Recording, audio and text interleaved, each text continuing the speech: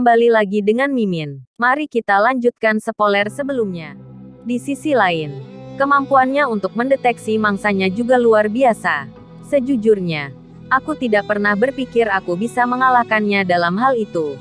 Menggunakan penciuman atau pendengaranku. Tidak peduli berapa banyak aku berusaha untuk mengubah tubuhku atau menggunakan kekuatan sihirku untuk itu. Aku tidak bisa mengalahkan bakat alami suatu ras. Untuk semua itu dan lebih banyak lagi, aku menganggap Delta orang yang luar biasa. Tidak termasuk otaknya, seukuran sebutir beras. Percaya pada kemampuannya, aku membiarkan dia berlari di depanku untuk menjadi radar para bandit. Yang benar adalah, dalam berburu bandit, yang paling rumit dan paling memakan waktu, adalah menemukan kelompok pertama.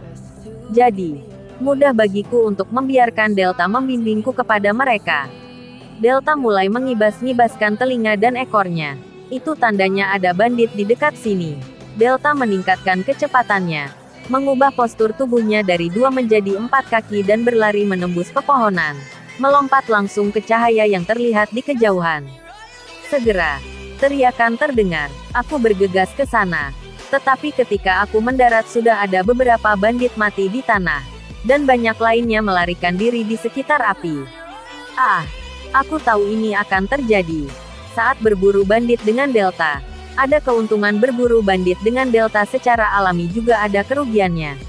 Delta tidak bisa menunggu saat berada di depan mangsa. Gaya berburunya pada dasarnya adalah membantai mangsanya dari awal, tanpa apapun kesenangan. Dia akan benar-benar luar biasa jika bukan karena itu. Ngomong-ngomong, tidak bisa menunggu di depan mangsa juga tidak pasti. Jika aku memberitahunya, tunggu, dia akan berhenti. Tetapi baginya, berdiri diam di depan mangsa berarti stres yang luar biasa. Itulah sebabnya, meskipun dia berperilaku lemah lembut di depanku, begitu aku pergi, dia mulai melakukannya melepaskan stres itu, menyebabkan masalah di sekitarmu.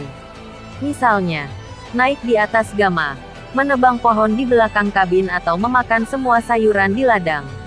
Ketika dia masih kecil, dia melakukan semua itu. Sekarang ketika dia besar nanti, aku tidak tahu bagaimana melepaskan stresnya, dan aku juga tidak ingin tahu. Jadi, dalam sekejap mata, para bandit hampir seluruhnya diburu. Sayangnya, aku tidak bisa berbuat banyak kali ini. Tunggu. Kemudian salah satu yang selamat mencoba memohon untuk nyawanya. Ini adalah sesuatu yang biasanya sering terjadi. Tetapi sayangnya hal itu tidak berhasil dengan Delta. Dia memasang senyum buas di wajahnya dan terus menyerang dengan pedang hitamnya. Aku tidak merasakan sedikit pun teknik yang digunakan. Hanya pukulan paksa yang menggunakan semua kekuatannya. Namun entah kenapa serangannya tidak hanya memiliki kecepatan tetapi juga fleksibilitas dan ringan. Aku ingin tahu apakah ini bakat alami gelombang. Pedangnya langsung mengarah ke leher bandit itu. Tetapi berhenti sesaat sebelum menyentuh kulit. Apakah Delta berhenti? Itu tidak mungkin. Delta berhenti dan dia mulai mengendus bandit itu. Jadi itu kamu Sarah. Lihat aku. Ini aku. Ini aku. Petik 2 titik. Sementara bandit itu mengulangi. Ini aku. Ini aku. Bandit itu mengambil topengnya dan melepaskannya. Di bawah topeng itu adalah wajah seorang pria dengan tatapan tak kenal takut. Penasaran bahwa ia memiliki telinga anjing dengan warna dan bentuk yang sama dengan telinga Delta. Sarah, apakah itu kamu? Sarah, ini aku. Aku saudaramu. Petik 1. Delta selesai mengendusnya dan kemudian dia melihat diriku. Inilah yang dia lakukan ketika dia ingin meminta izinku untuk melakukan sesuatu. Aku mengangguk dan membiarkan dia melakukan apa yang dia inginkan. Kamu berbau seperti orang tuaku. Tapi aku tidak ingat kamu. Delta juga melepas topengnya dan dia menunjukkan wajah dan ekornya kepada pria di depannya. Tidak diragukan lagi. Kamu adalah Sarah. Aku telah mendengar bahwa ayah memburumu karena kamu memiliki kerasukan iblis. Aku terkejut kamu berhasil melarikan diri darinya hidup-hidup. Delta adalah yang terbaik dalam petak umpet.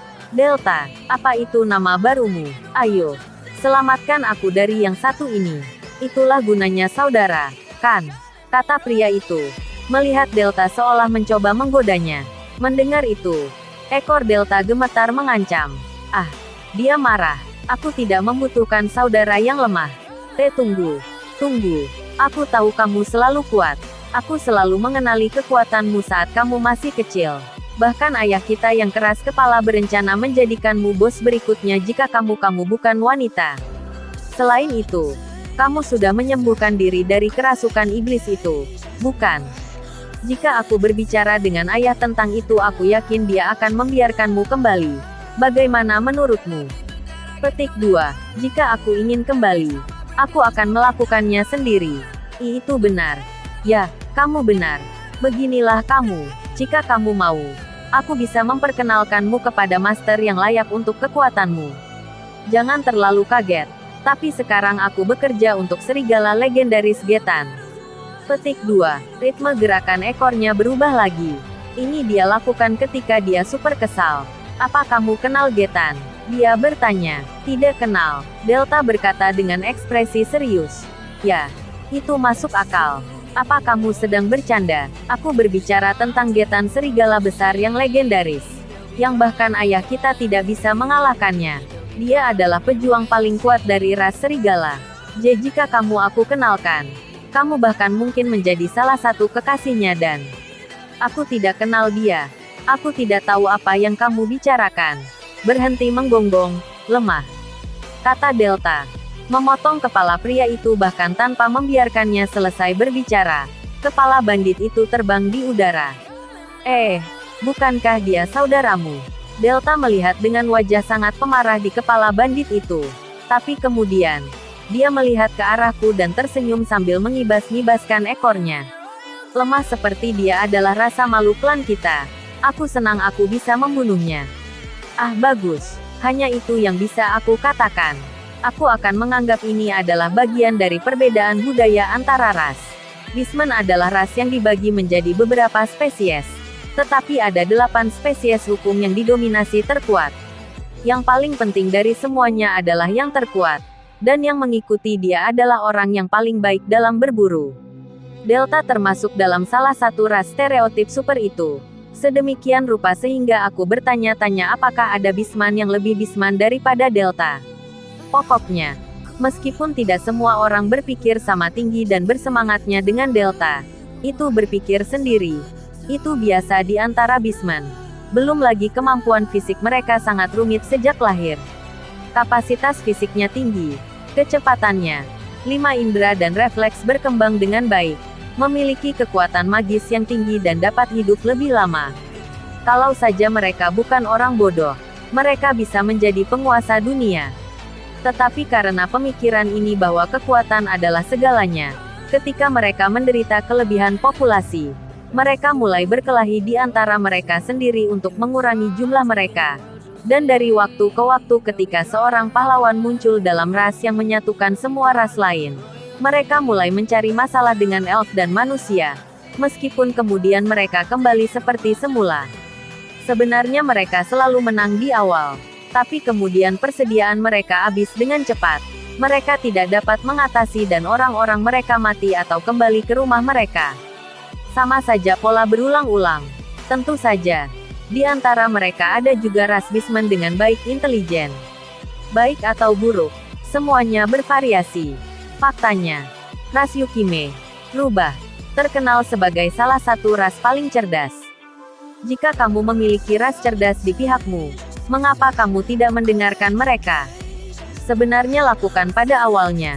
Tetapi ketika pertempuran berlarut-larut terlalu lama, mereka biasanya menyarankan penarikan.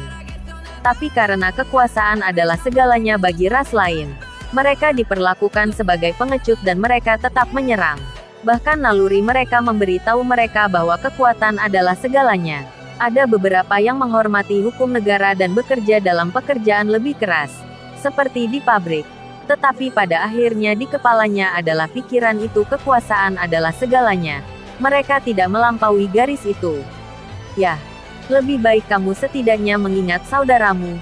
Oke, tapi ayahku punya sekitar 20 kekasih. Jadi Delta punya sekitar 100 saudara.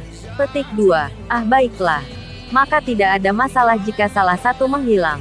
Aku mengharapkan tidak kurang dari Beastman. Skalanya berbeda dalam banyak hal. Sekarang aku sedikit penasaran seperti apa negara di mana kekuatan adalah segalanya. Aku ingin pergi ke negara para bismen suatu hari nanti. Gelombang. Aku mengatakan itu. Dan dengan cepat Delta yang mendengarnya bergerak dengan semangat. Mengerti. Aku mendapatkan ide yang bagus. Kepala desa. Bos harus menjadi kepala desa. Petik 2. Jika kamu mengalahkan bos saat ini, maka kamu akan menjadi bos baru dari kelompok itu. Gelombang. Kemudian kamu dapat memiliki banyak anak. Dan kita akan menjadi desa terkuat di dunia. Tidak. Kurasa tidak. Kamu dapat memiliki 100 istri.